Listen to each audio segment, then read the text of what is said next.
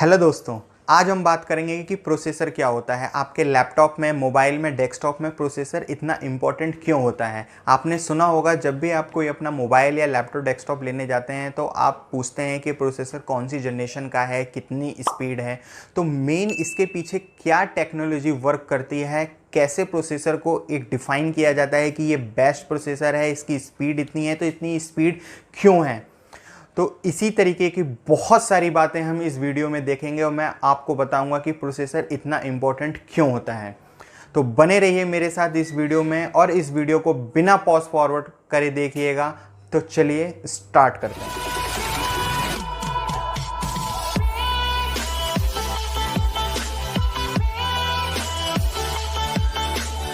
तो दोस्तों, जैसे ही प्रोसेसर की बात आती है आप बोलते हैं कि ये क्वाड कोर प्रोसेसर है, ये 10 nm टेक्नोलॉजी पे है, या फिर ये एप्पल का प्रोसेसर है जो कि A12 चिप है जो 7 nm टेक्नोलॉजी पे है। तो ये टेक्नोलॉजी है क्या, ये 7 nm क्या है, 10 nm क्या है, 14 nm क्या है, ये आखिरकार है क्या। तो इसको समझने से पहले हम पहले समझते हैं कि प्रोसेसर है क्या। पहले हम समझेंगे कि प्रोसेसर क्या है। तो प्रोसेसर जैसे ही अपने नाम से डिफाइन है, प्रोसेसर मतलब किसी काम को प्रोसेस करना, मतलब किसी काम का प्रोसेस स्टार्ट करना या कैसे स्टार्ट करना। जैसे कि आप अपने मोबाइल में कोई भी वीडियो देखते हैं, गेम खेलते हैं या फिर फ़ोटो देखते हैं, सडनली व्हाट्सअप आ जाता है, व्हाट्सअप ऑन कर लेते हैं या फिर सेटिंग में जाके उसकी ब्राइटनेस बढ़ाते हैं या फिर अपना रिंगटोन सेट करते हैं, मतलब मल्टीटास्किंग करते हैं, फिर भी आपका मोबाइल हैंग नहीं होता है। बट कभी कभी आपने देखा होगा आपका मोबाइल हैंग भी हो जाता है मल्टीटास्किंग की वजह से। तो इसी वजह से हम प्रोसेसर पे ज़्यादा ध्यान देते हैं कि हमें मोबाइल लेने से पहले या लैपटॉप लेने से पहले अपने प्रोसेसर की स्पीड को चेक करना चाहिए कि वो किस टेक्नोलॉजी पे बना हुआ है। तो इसको एक सिंपल और सोवर एग्जांपल के तरीके से समझते हैं कि प्रोसेसर क्या होता है। अगर आपके पास कोई बाइक है और या फिर अगर आप कोई अपनी न्यू बाइक लेने जा रहे हैं तो सबसे पहले आप उसमें क्या ध्यान देंगे। सबसे पहले हम बाइक में ध्यान देते हैं कि उसका इंजन कितना है, मतलब इंजन कितने सीसी का है, कितना पावर है, कौन से ब्रांड का है, कौन सी टेक्नोलॉजी है, नया है, पुराना है, नई जनरेशन का है, इस ईयर का है या लास्ट ईयर का है। मतलब बहुत सारी चीज़ें, हमारा सारा मेन फोकस आता है इंजन पे, क्योंकि अगर इंजन बेस्ट होगा तो हम उस पर कितना भी वेट डाल देंगे वो हमारी बाइक स्मूथ चलेगी, तेज़ भागेगी।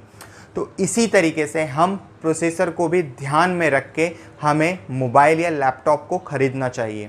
तो यहाँ पे जब भी प्रोसेसर की बात आती है तो आपने सुना होगा कि प्रोसेसर डुअल कोर है, क्वाड कोर है या फिर डेका कोर है। तो ये कोर क्या होता है, तो हम इसको सबसे पहले सिंपल और सोवर लैंग्वेज में समझेंगे कि कोर होता क्या है। तो कोर भी एक प्रोसेसर होता है जो अलग अलग भागों में डिवाइड होता है। तो दोस्तों, अगर आपका प्रोसेसर डुअल कोर है मतलब आपके प्रोसेसर के अंदर 2 कोर हैं, मतलब 2 प्रोसेसर और हैं। और आपका प्रोसेसर अगर क्वाड कोर है तो आपके प्रोसेसर के अंदर 4 प्रोसेसर और हैं। और आपका प्रोसेसर अगर ऑक्टा कोर है मतलब आपके प्रोसेसर के अंदर 8 प्रोसेसर और हैं। तो इसको हम एक एग्जांपल के ज़रिए समझते हैं। मान लीजिए आपके ऑफिस में, कॉलेज में आपको एक होमवर्क मिलता है और आपको उसको टाइमलाइन मिलता है आपका 10 आवर्स का, जो कि आपको 10 आवर्स के बाद उसको सबमिट करना है। तो आप क्या काम करेंगे, उसको जल्दी जल्दी काम करेंगे कि मेरे को 10 आवर्स में इसको सबमिट करना है। बट अगर आप उसी काम को अपने फ्रेंड को बुला लेते हैं या अपने कोलिग को बुला लेते हैं, साथ में काम करते हैं, तो आपका वो 10 आवर्स का काम 5 घंटे के अंदर कंप्लीट हो जाएगा। वहीं आप एक से ज़्यादा लोगों को बुलाते हैं और भी कोलिग को बुला लेते हैं, एक टीम के साथ काम करते हैं, तो वही काम आपका 5 घंटे में जो कंप्लीट हो रहा था वही काम आपका 1 से 2 घंटे के अंदर कंप्लीट हो जाएगा।